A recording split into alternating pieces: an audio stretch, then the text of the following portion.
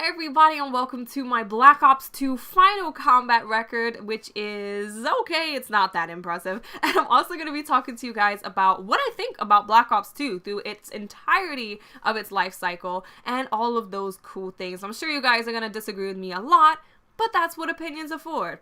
Disagreeing. So let's go ahead and get into the combat record. So that's my KD 2.45. It was at 3 at one point, but then I don't know. I think I stopped caring a while ago about my KD.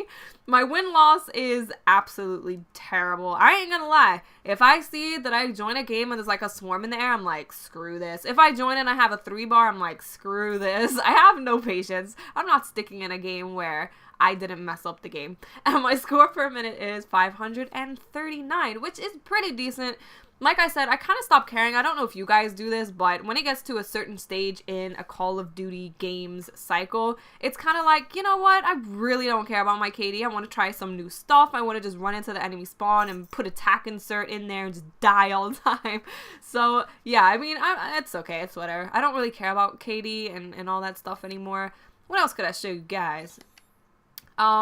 Yeah, Unstoppable 6, not that great. I had more before I reset my, stats. I think it was like 7 nuclears, and I think I was at about 15 Unstoppables before I reset the first time, but this is what it's, my medals after I reset.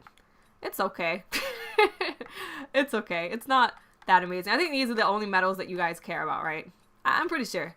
I'm pretty sure you don't care about the others. I didn't unlock all of the backgrounds, which is depressing, but what can I do? Frickin' UAV, still the most used thing. Still the most used thing, and it will forever always be the most used thing. But in terms of combat record, I think that's pretty much everything that you guys will be interested in seeing, right? If I have missed anything, feel free to ask me in the comment section and I will reply, giving you your answer. But let's go ahead and get into some gameplay and give Black Ops 2 an honest review. So I like to think that I'm very good at being objective in these kinds of videos. I like to just judge something based on my experience. I try not to let any fangirlism or favoritism or bias affect what I review when I give a game a review. So this is gonna be just from my personal experience. Of course, all of our personal experiences do differ, especially as we're all playing in different countries, we're playing different game modes, different times. So things like lag, hit detection, anything that is reliant on connection is kind of a very personal experience. So for me, my connection in Black Ops 2 has always been really good, and my hit detection has always been really good. For me, Modern Warfare 3 was like freaking Death Alley Devil Pit. If that's a thing, that's what Modern Warfare 3 was for me in terms of hit detection and connection. So for anyone that had that really bad connection issues with Black Ops 2, I completely understand why you couldn't enjoy the game, because I couldn't enjoy Modern Warfare 3 because of those issues with the game for me personally. But I didn't have those issues with Black Ops 2. Luckily I didn't. So I was always able to enjoy the game for what it was because my connection and the hit detection was always good. But like I said, that's a very personal experience because we're all playing in very different varieties of places and ways and all that stuff. So my personal experience with the connection and lag or whatever in Black Ops 2 was generally good. I know it's different for a lot of you guys, but let's go ahead and talk about stuff that is not different to all of us, and that's gun balance, perk balance, maps, map design, etc. So in terms of perks, I think that Black Ops 2 did a really good balancing perks. Ghost and Scavenger come to mind. I know a lot of people get mad at me because I use Ghost, but Ghost is not what it was in Black Ops 1, and it's not what it was in Modern Warfare 3. You have to actually be moving to appear off the radar. I think that is the perfect way to balance Ghost. That way, if you rush around and you actually put yourself in risky situations to get shot, you appear off the radar. But if you want to be someone that just sits there and camps and don't ever put yourself in risky situations, you appear on the radar. I think that was a perfect way to balance Ghost. You also unlocked it super late, so right at the beginning of Black Ops 2, it was just so much fun running around and everyone using a UAV, and it was basically like a Blackbird. Those were fun times, man. They were fun times. But yeah, I think they did really well with Ghost. I don't know why future Call of Duty games wouldn't use it in the same way, because it balances it perfectly well, in my opinion. Another thing that they did really good with perks was Scavenger. I think that Scavenger, in my opinion, in Black Ops 2 was how scavengers should be. You should be able to replenish your ammo, you should be able to replenish your lethals and your tactical equipment. I don't see why not. I think they did really, really good with that. The other perks were, they were okay. Like Dead Silence was kind of a waste of time. Sit rep or whatever it's called in this game, because I never use it. What is awareness? That's what it's called. No one ever needed to use it because it was kind of useless. Didn't really matter. So the rest of the perks were a lot of hit and miss, but Scavenger and Ghost I felt like they did amazing jobs with. Another thing that I think they did really well was map design. There are very few maps in this game that I really don't like. Aftermath I don't like.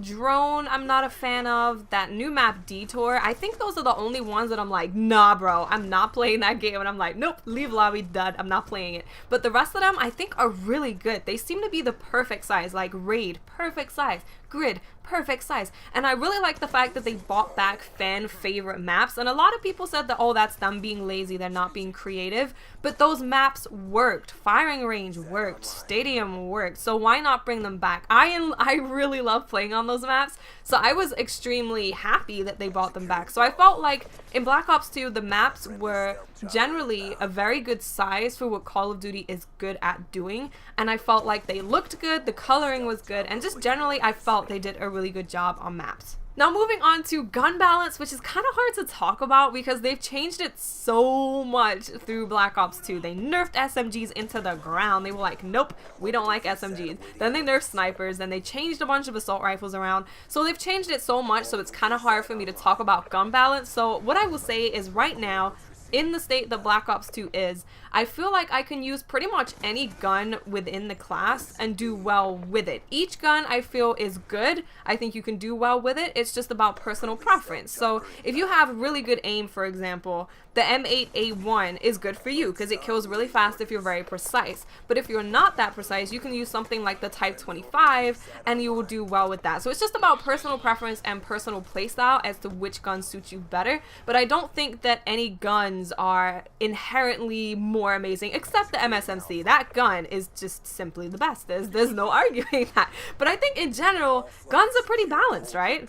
I don't know. Are they? I think they are. I don't get killed by a gun and I'm like, oh my god, that stupid gun, it's so hard to beat it. So yeah, in general, from that, the fact that I don't have that reaction, it must mean that guns are pretty balanced. Now I just want to talk about some of the things that I felt Black Ops 2 didn't do that great. So I think the target finder being in the game, I think we can all agree on that wasn't a great thing. It's an attachment that makes it really easy to shoot people and kill people. So it's kind of just making the game easy for people that are bad at it. And I don't know, I've never been a fan of them making Call of Duty easy for people that are bad at it. Like, in my opinion, you should just play and get better. The game shouldn't have to accommodate you for not being that great. So the target finder, shock charges. At the beginning of Black Ops 2, shock charges were incredibly annoying because everyone was using a shock charge and a bouncing Betty together, and it was just really frustrating. Luckily, it got a little bit better and people started using different stuff, but in the beginning of the game, shock charges were just so dumb. And the only other thing that I wasn't really a huge fan of is how long EMP grenades lasted. They just last forever. If you encounter an entire team chucking EMP grenades at you, you will pretty much never have a map, ever, throughout the entire game.